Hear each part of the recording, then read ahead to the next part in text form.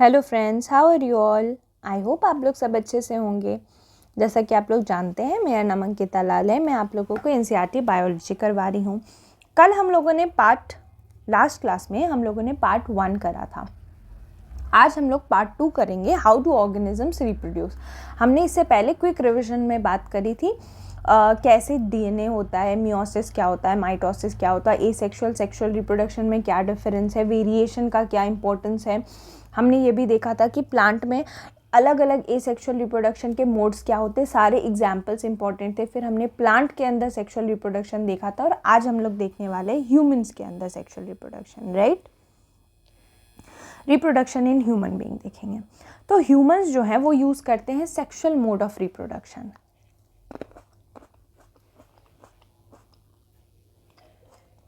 अब क्योंकि sexual mode है तो जो सेल्स होते हैं ना, इसमें स्पेशल सेल्स होते हैं जो यही काम करवाते हैं।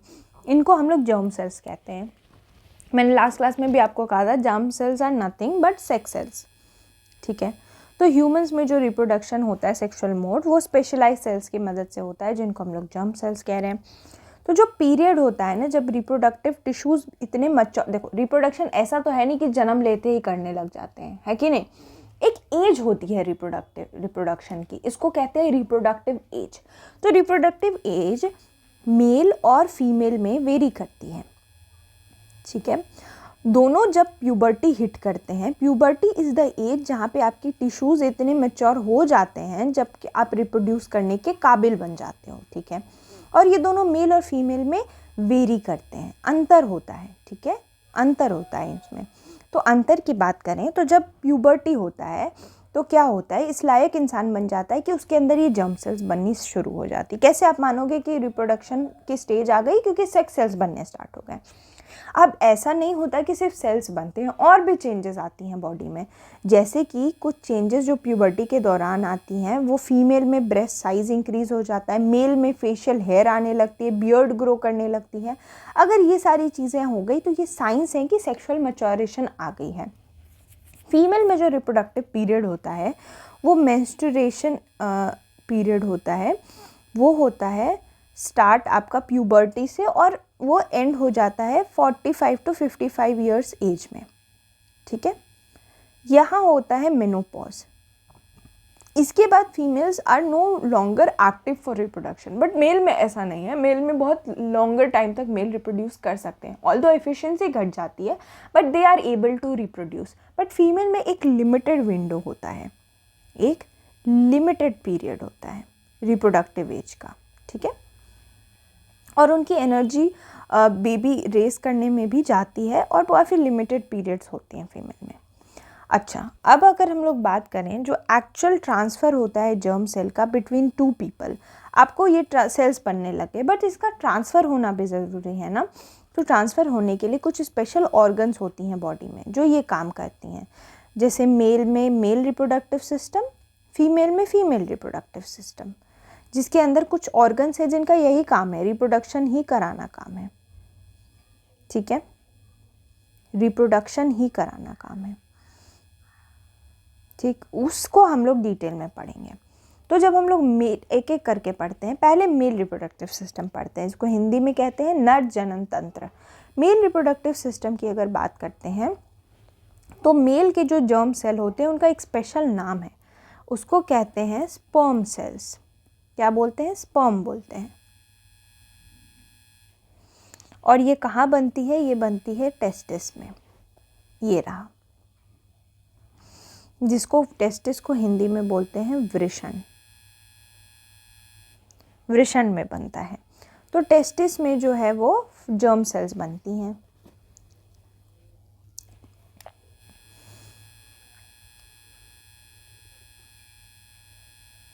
ओके, तो वृषण में बनते हैं शुक्राणु जो कि स्पर्म्स होते हैं। स्पर्म्स के अंदर होता क्या है? इनके अंदर जेनेटिक मटेरियल होता है, ठीक है। और यही मटेरियल जो है वो जाके फीमेल के जेनेटिक मटेरियल से मिलकर एक नया ऑर्गेनिज्म बनाएगा।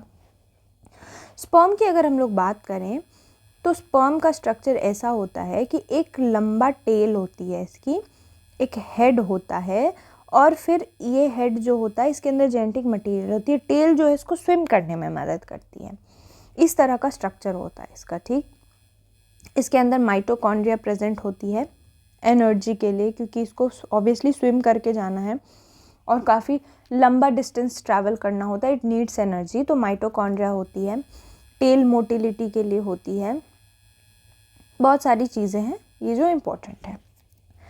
अब देखो कुछ ग्लैंड्स भी प्रेजेंट होते हैं मेल में, जैसे कि प्रोस्टेट और सेमाइनल वेसिकल। ये ग्लैंड की बात करें, प्रोस्टेट एंड सेमाइनल वेसिकल, ये है प्रोस्टेट ग्लैंड, प्रोस्टेट ग्रंथि, और सेमाइनल वेसिकल भी प्रेजेंट होता है जिसको कहते हैं शुक्राशय। ये ग्लैंड क्यों इम्पोर्टेंट है? ये ग्लैंड के अंदर से कुछ कुछ सिक्रीशन निकलते हैं, ये सिक्रीशन स्पर्म के अंदर आ जाते हैं, ठीक है, और इस वजह से स्पर्म का ट्रांसपोर्ट इजी कराते हैं और न्यूट्रिशन भी दिलाते हैं। यानी स्पर्म को तो बहुत लंबा दूरी तय करना है फीमेल रिप्रोडक्टिव पार्ट में, तो ऑब्वियसली उसको एनर्जी चाहिए होगी, उसको ट्रांसपोर्ट करना चाहिए होगा, तो वो खुद से ऐसा नहीं कर पाता, उसकी हेल्प करते हैं उसी के बॉडी के कुछ ग्लैंड्स, जैसे कि प्रोस्टेट और सेमाइनल वेसिकल, ठीक है। ये ट्रांसपोर्ट इजी करवा देते हैं और साथ ही साथ न्यूट्रिशन भी प्रोवाइड करते हैं। अगर मैं आप लोगों को बताऊं तो प्रोस्टेट कैंसर जो है वो मेल में एक बहुत ही बड़ी बीमारी है, ठीक है, जो बहुत ही देखा गया है कि मेल में काफ़ी ज़्यादा इसका इंसिडेंस है, और इस वजह से बोला जाता है prostate cancer is a problem.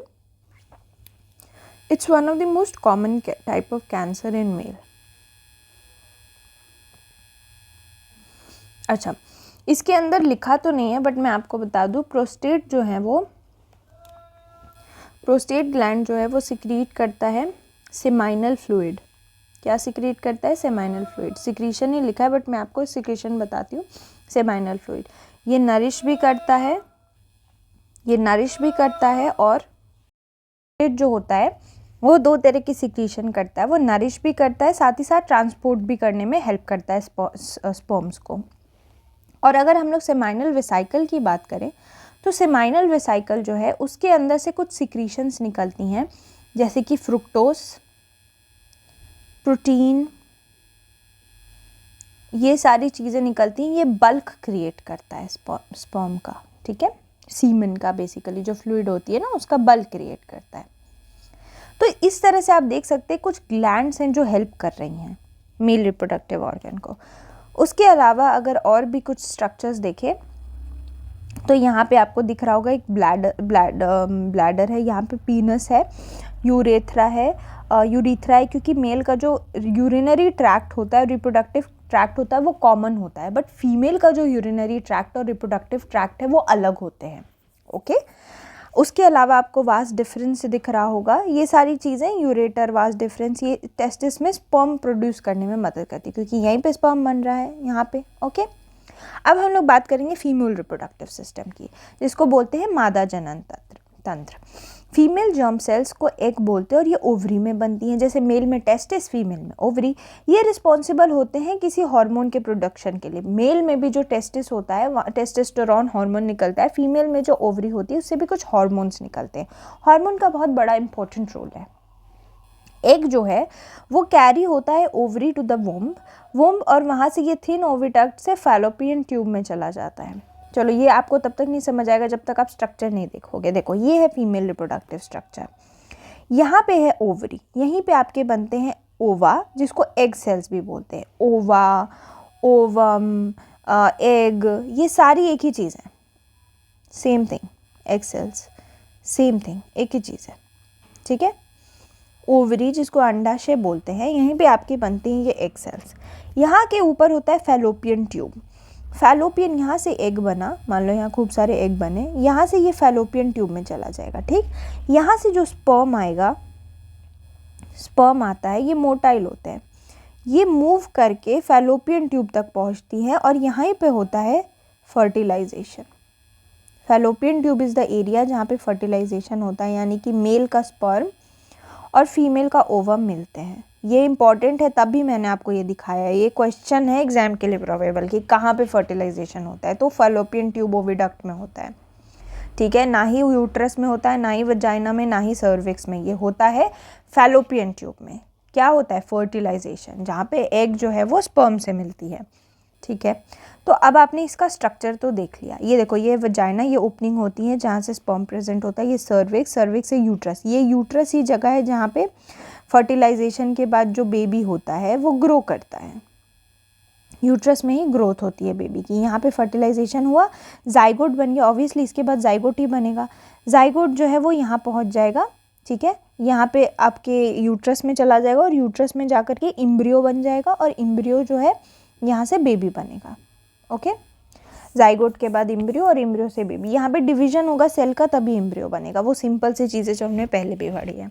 यहाँ पे जब बेबी बड़ा हो जाएगा, इस लायक हो जाएगा, तो फिर यहाँ से डिलीवरी हो जाएगी अगर नेचुरल है तो। So this is what this happens कि एक जो है वो वुम्ब में आता है, वजाइना ओपनिंग होती है, ये चीज़ मैंने आपको समझा दी। अब फर्टिलाइज्ड एग जो जाइगोट होता है वो स्टार्ट करता है डिवाइड करना और इम्ब्रियो बन जाता है। मैंने बताया ये इम्ब्रियो जो है वो यूट्रस की लाइनिंग में जाके इम्प्लांट कर जाता है। ये रहा यूट्रस, यहाँ पे इम्प्लांट कर जाएगा ये इम्ब्रियो, ठीक है, ये यहाँ पे इम्प्लांट कर जाएगा इम्ब्रियो। अब इम्ब्रियो जो है वो बाद में डेवलप करके एक फुल फीटस बन जाएगा। इम्ब्रियो को न्यूट्रिशन कैसे मिलता है, यानी कि जब तक बच्चा माँ के पेट में, उसको न्यूट्रिशन मिलता है माँ के ब्लड से, ठीक है। और ये कैसे मिलता है, तो एक स्पेशल टिश्यू होती है जिसको कहते हैं प्लेसेंटा, ठीक है। ये प्लेसेंटा जो है यहीं से स्पेशल चीज़ें हैं जो कि माँ के ब्लड से न्यूट्रिशन बच्चे तक प्रोवाइड करवाता है। बच्चे की डेवलपमेंट जो है वो माँ की बॉडी में 9 मंथ्स लेती है। प्लेसेंटा के बारे में बता दूं कि जब डिलीवरी होती है बेबी की, तो एक तो फीटस डिलीवर होता ही है, कुछ देर के बाद प्लेसेंटा भी बाहर आ जाता है। प्लेसेंटा ऑल्सो गेट्स डिलीवर्ड, ठीक है, क्योंकि ये जो है ये सिर्फ इसी पर्पस के लिए बना था कि बेबी को न्यूट्रिशन प्रोवाइड कर सके। और बेबी की डिलीवरी के बाद इसका कोई रोल नहीं होता, तो ये बॉडी से एक्सपेल हो जाता है, ठीक है, एक्सपेल कर जाता है। ये इंपॉर्टेंट है जानना। अच्छा, अब ये चीज़ आपको समझ गई। चाइल्ड का बॉन्ड कब होता है, जब रिदमिक कॉन्ट्रैक्शन हो जाती है यूट्रस के मसल्स में, कॉन्ट्रैक्शन होगा, बेबी डिलीवर हो जाएगा। तो ये पूरा प्रोसेस था फीमेल ह्यूमन रिप्रोडक्शन का। अब हम लोग रिप्रोडक्टिव हेल्थ देखेंगे। देखो, रिप्रोडक्टिव हेल्थ बहुत इंपॉर्टेंट है। रिप्रोडक्शन तभी सही से हो पाएगा, सक्सेसफुल हो पाएगा, जब रिप्रोडक्टिवली इंसान हेल्दी हो। जब रिप्रोडक्टिव मेथड की हम लोग बात करते हैं तो क्या है कि हर वक्त प्रेगनेंसी नहीं चाहिए होती है लोगों को, ठीक है, बिकॉज बेबी इज़ एक्सपेंसिव। और बहुत सारी कंट्रीज़ जैसे कि साउथ कोरिया की बात कर ले तो वहाँ पे, और इनफैक्ट चाइना में भी बर्थ रेट डिक्लाइन हो रही है, ठीक है। People are not keen on giving birth, काफ़ी डिक्लाइन हो रही है। कुछ कुछ केसेस में they are not even bother to have babies, ठीक है, जबकि इंडिया में पॉपुलेशन बढ़ रहा है, तो कुछ कंट्रीज है जिसमें घट भी रहा है। तो ऐसा क्यों होता है, because sometimes people don't want pregnancy, ठीक है। एक लिमिटेड चाइल्ड होनी चाहिए बिकॉज रिसोर्सेज भी लिमिटेड हैं, ओके। तो इस तरह से प्रेगनेंसी अवॉइड करने के लिए कुछ तरह के कॉन्ट्रासेप्टिव मेथड्स होते हैं, जैसे कि उसी कॉन्ट्रासेप्टिव मेथड जो एनसीईआरटी मेंशन है उसके बारे में हम बात करते हैं। पहला है मैकेनिकल बैरियर। इसमें क्या होता है, एक तरह का बैरियर बना देते हैं जो कि स्पर्म को एग से मिलने ही नहीं देगा। इसका एग्जाम्पल है कॉन्डम्स, ओके। ये फीमेल के लिए भी आते हैं और मेल के लिए भी आते हैं। ये जो है ये एक मैकेनिकल बैरियर है, मैकेनिकल है, ओके। दूसरा होता है हार्मोनल चेंजेस, ठीक है। क्या होते हैं, कुछ पिल्स होती हैं जो हार्मोन्स के ऑल्टर करती हैं, ठीक है। ये हार्मोन्स को ऑल्टर करते हैं कि इस लायक हार्मोन्स हो जाते हैं कि वो फर्टिलाइजेशन करने ही नहीं देते, और इस वजह से बेबी और प्रेगनेंसी नहीं होती।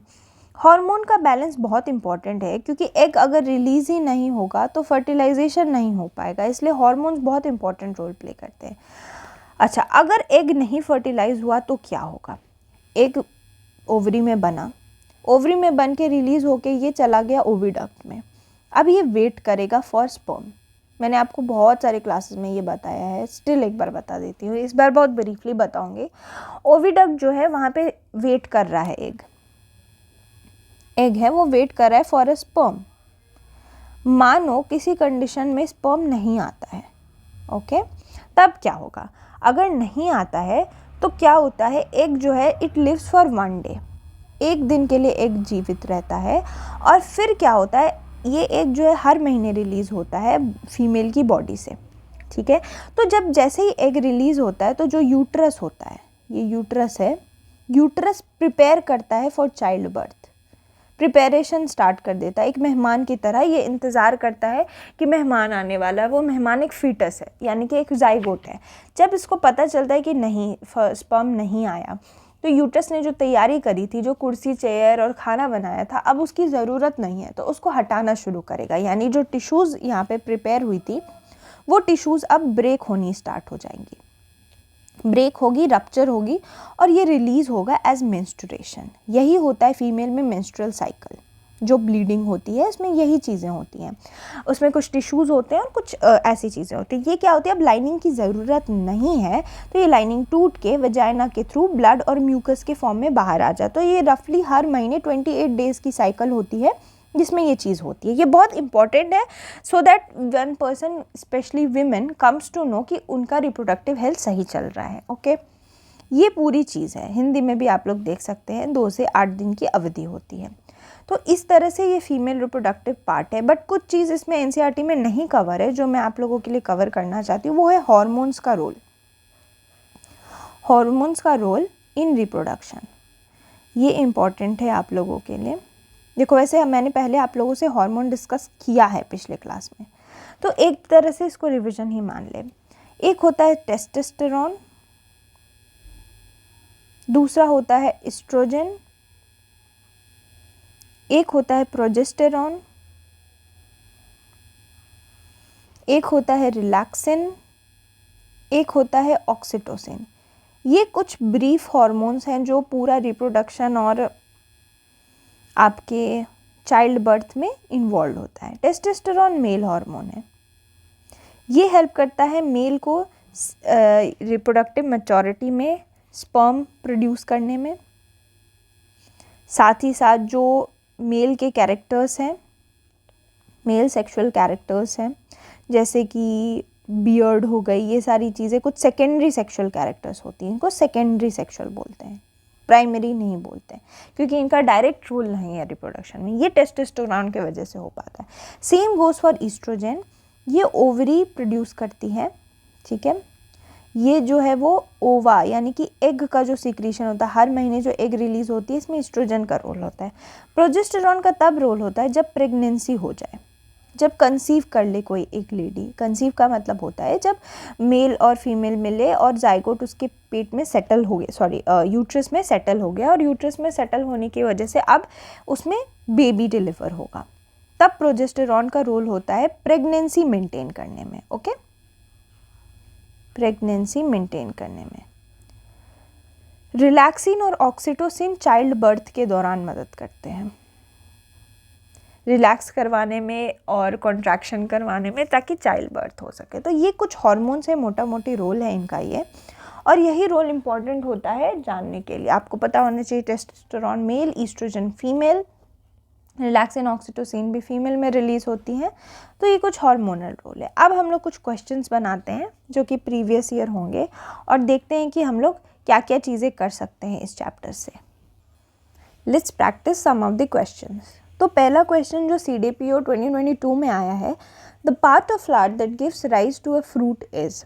ऐसा कौन सा पार्ट ऑफ फ्लावर होता है जो फ्रूट को गिव राइज करता है? तो बड़ा ही आसान क्वेश्चन है। हमें पता है ओवरी जो है वो बाद में ओव्यूल बनती है, और जब मैच्योर ओवरी हो जाती है तो वो फ्रूट बन जाता है। फिर एक क्वेश्चन है कि the reproductive part of the flower is. अभी हमने देखा स्टेमेन और कार्पेल, देखा हमने, ये जो होता है वो ये हमारा रिप्रोडक्टिव पार्ट होता है प्लांट का। पेटल तो होंगे नहीं, इसमें सेपल है होगा नहीं, यहाँ पे सेपल नहीं है, तो ऐसे भी एलिमिनेट किया जा सकता था, बट हम डायरेक्टली जाएंगे। तो ये 2 क्वेश्चन है जो PYQ में हम दिखे हैं, जो कि प्लांट से इंपॉर्टेंट। और भी कुछ क्वेश्चन करते हैं हम लोग।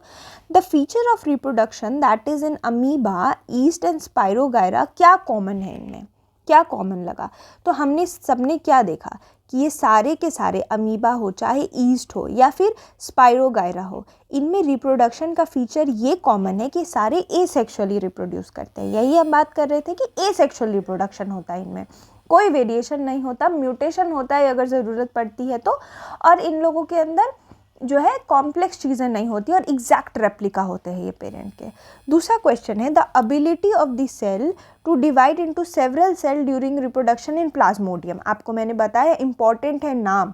प्लाज्मोडियम जो हमने ऊपर देखा था, जो मलेरिया कॉज कर रहा था, वो किस तरह से रिप्रोड्यूस कर रहा था? वो मल्टीपल फिजन कर रहा था।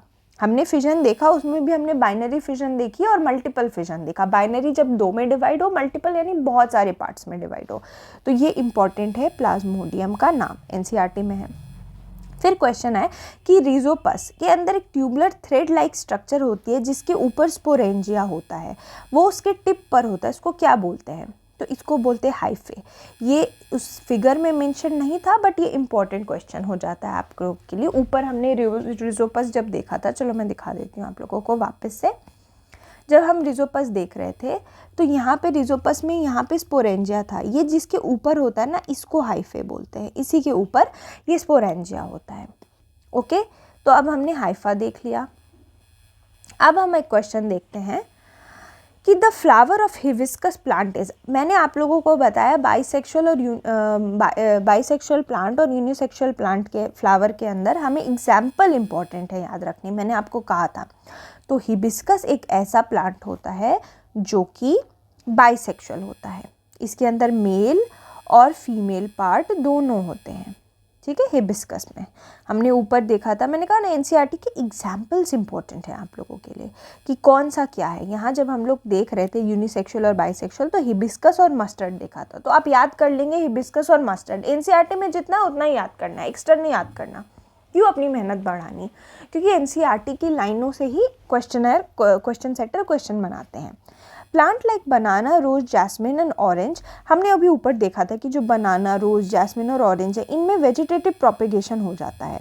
क्यों, क्या रीज़न है? इसी वजह से क्योंकि ये ना अपनी लॉस्ट कर चुके हैं ability to produce seed. Seed नहीं उग पाता क्योंकि seed is the traditional way कि जिससे कोई प्लांट उगा सकते हैं, बट जब सीड नहीं काम आ रहा तो हम वेजिटेटिव प्रोपेगेशन करते हैं। वेजिटेटिव प्रोपेगेशन का मतलब हुआ न्यू प्लांट को फॉर्म होना, किसके मदद से? तो ये मैंने कहा था कि ये भी इंपॉर्टेंट है आप लोगों के लिए। तो स्टेम, रूट और लीव्स, स्टेम, रूट और लीव्स होते हैं इसके आंसर।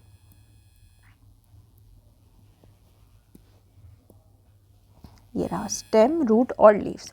फ्लावर्स होंगे नहीं, फ्रूट्स होंगे नहीं, फ्लावर होगा नहीं क्योंकि सेक्सुअल रिप्रोडक्शन हो जाता है। अच्छा, the process of release of egg from the ovary is called, मैंने आपको कहा कि मंथ में एक बार जो है वो एग रिलीज होता है ओवरी से, ठीक है। इसको कहते हैं ओव्यूलेशन। ये जो प्रोसेस होता है इसको कहते हैं ओव्यूलेशन। यहाँ पे ओव्यूल फॉर्म हो रहा है ना, ओव्यूलेशन। ओव्यूल का ही मतलब एग होता है, मैंने आपको बताया। ओव्यूल, ओवा, ओवम, ये कुछ भी लिखे ना, ये एग है। तो इसका जो फॉर्मेशन होता है वो महीने में एक बार होता है, मंथ में 1 टाइम होता है, इसी को हम लोग ओव्यूलेशन बोलते हैं। और ये इसके बाद एक दिन वेट करता है और नहीं हुआ तो मेंस्ट्रुएशन हो जाता है। The period during adolescence when the reproductive tissue begin to mature is called, हमने अच्छे से देखा प्यूबर्टी बोलते हैं इस पीरियड को, जब रिप्रोडक्टिव टिश्यूज मैच्योर होने लगती हैं, यानी इंसान रिप्रोडक्टिव एज में घुस गया है, अब वो रिप्रोड्यूस कर सकता है, उसकी सेल्स बनने लगी हैं। ह्यूमन बींग में फर्टिलाइजेशन कहाँ होता है? मैंने आपको कहा था ये इंपॉर्टेंट क्वेश्चन, ये बहुत एग्जाम्स में आता है, फेलोपियन ट्यूब में होता है। ओके, याद रखेंगे। अच्छा, सीड के अंदर फ्यूचर प्लांट होता है, उसको क्या बोलते हैं? क्या उसको कॉटिलेडन बोलते हैं? क्या उसको सीड कोट बोलते हैं? क्या उसको जर्म सेल बोलते हैं? नहीं, इसको इम्ब्रियो बोलते हैं। Embryo is the future plant. Embryo ही बाद में एक नया प्लांट बनेगा। ओके, हमने देखा सेक्सुअली, हम अभी रिप्रोडक्टिव हेल्थ की बात कर रहे थे, तो मैंने आपको बताया कि मैकेनिकल बैरियर होता है, केमिकल बैरियर होता है। मैं आपको बताऊं, जो मैकेनिकल बैरियर होता है जिसमें हम किसी तरह की चीज़ यूज़ करते हैं, फॉर एग्जांपल कॉन्डम्स यूज़ करते हैं या चीज़ें यूज़ करते हैं, ये जो है ना mechanical barrier sexually transmitted disease से भी बचाता है, STDs से भी बचाता है। सेक्सुअली ट्रांसमिटेड डिजीज़ क्या होती हैं? ऐसी डिजीज़ेज जो सेक्सुअल मोड से आ जाए। इसमें एग्जाम्पल क्या क्या होता है ये देखना, बट इस क्वेश्चन में पूछ रहा है which is not sexually transmitted disease. तो हेपेटाइटिस जो होती है वो सेक्सुअली ट्रांसमिटेड नहीं होती। देखो, हेपेटाइटिस के भी टाइप्स होते हैं, hepatitis A, hepatitis B, hepatitis C। तो अगर हम लोग डिटेल में जाए तो हाँ, हेपेटाइटिस B और C सेक्सुअली ट्रांसमिट हो सकते हैं, बट अगर हेपेटाइटिस A की बात करें तो वो नहीं होते हैं। तो अकॉर्डिंग टू दिस क्वेश्चन, क्योंकि इसमें सिफिलिस दे रखा है, HIV दे रखा है, गोनोरिया दे रखा है, तो HIV, gonorrhoea and syphilis are sexually transmitted diseases, whereas hepatitis is not if we consider broadly. But यहाँ पे हम लोग ब्रॉडली कंसिडर नहीं करके देख रहे हैं, तो आंसर हेपेटाइटिस हो जाएगा, बट टेक्निकली आंसर होना चाहिए नन ऑफ दी अबव। तो इसमें आप लोग को ये मैंने क्वेश्चन इसीलिए दिया ताकि वो ये पता चल जाए कि हेपेटाइटिस की भी टाइप्स होते हैं और कुछ सेक्सुअली ट्रांसमिटेड भी होते हैं, ठीक है। तो इसी वजह से मैं आप लोगों के लिए कुछ सेक्सुअली ट्रांसमिटेड डिजीजेस की चार्ट लेकर आई हूँ। देखो, सेक्सुअली वायरल इन्फेक्शन से भी हो सकता है, बैक्टीरियल इन्फेक्शन से भी। यहाँ आपके लिए नाम इंपॉर्टेंट है। बैक्टीरियल इन्फेक्शन से जो होता है वो है गोनोरिया और सिफिलिस, जो कि वायरल इन्फेक्शन से होता है वो है HIV और वॉट, ठीक है। ये इंपॉर्टेंट है, इसको प्लीज़ याद रख लेंगे। अब हम बात करते हैं ऐसा कौन सा कॉन्ट्रासेप्शन मेथड है जो कि प्रोटेक्ट करता है STD से। तो देखो, कॉन्ट्रासेप्शन मेथड अलग अलग होते हैं। पहला आपको बताया मैंने कि एक होता है मैकेनिकल बैरियर, एक होता है केमिकल बैरियर, कुछ और भी तरीके होते हैं जैसे सर्जरी करवाना।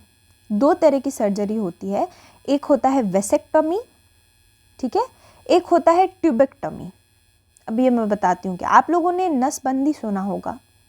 इसमें क्या होता है, वेसेक्टमी को नसबंदी बोलते हैं। इसमें मेल की जो वास्ट डिफरेंस होती है, ठीक है, वास्ट डिफरेंस जो होता है यहीं से स्पर्म बनकर रिलीज होता है। तो अगर वास्ट डिफरेंस को ही देखो, वास्ट डिफरेंस क्या करता है, जब स्पर्म बन जाता है ना तो वो टेस्टिस से इसको ले जाकर बाहर रिलीज करता है। तो वेसेक्टमी में क्या करते हैं, इस ट्यूब को कट कर देते हैं, ठीक है, कट कर देते हैं, कट करके क्लोज करके बाद में उसको साथ में टाई कर देते हैं।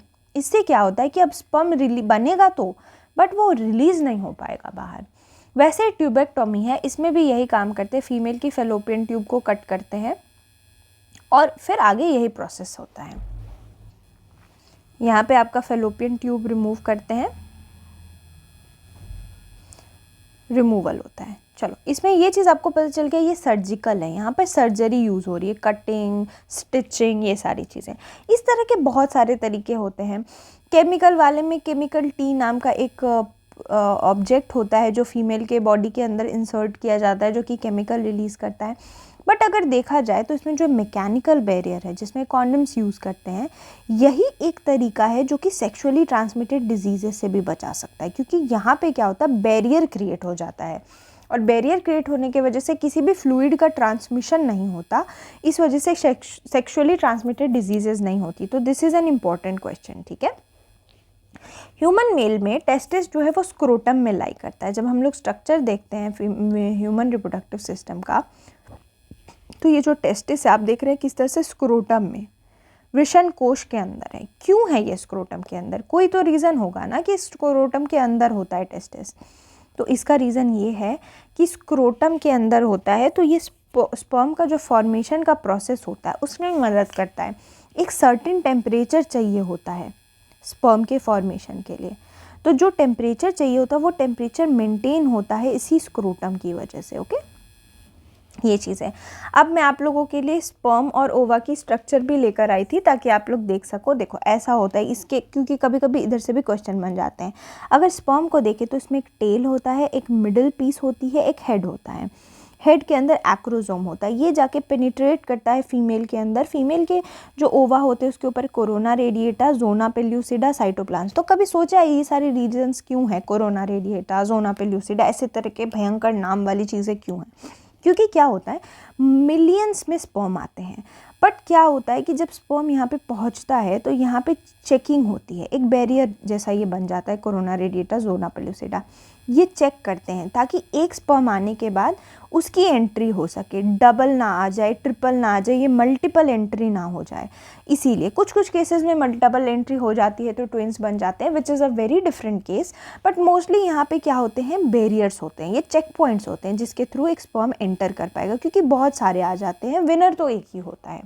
और फिर ये बाद में जाकर फ्यूज़ करते हैं और फिर एक पूरा का पूरा जाइगोट बन के प्रिपेयर हो जाता है। तो आपको ये पता होना चाहिए कि जो स्पर्म होती है इसमें हेड है और कैसे ओवम जो इसमें साइटोप्लाज्म है, ये सारे अल्टीमेटली तो सेल ही हैं।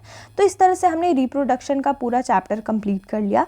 इसके बाद हमारे पास ज़्यादा चैप्टर्स बचे नहीं हैं। Okay, 2-3 chapters are more there और फिर क्लास 10 ओवर हो जाएगा. So you guys keep on revising और इसको एकदम से रैपअप ही कर दें, कंप्लीट करके रख ले बायो, क्योंकि एग्ज़ाम में अगर आप साइंस से निश्चिंत रहेंगे तो दूसरे सब्जेक्ट्स पर फोकस कर पाएंगे. एंड प्लीज़ पढ़ते रहें, एग्ज़ाम नज़दीक है एंड आगे बढ़ते रहे. हमने क्वेश्चंस भी डिस्कस किया, आप PDF रिवाइज करें, खुद की नोट्स बनाएं, it's up to you and let's meet in another class. Thank you.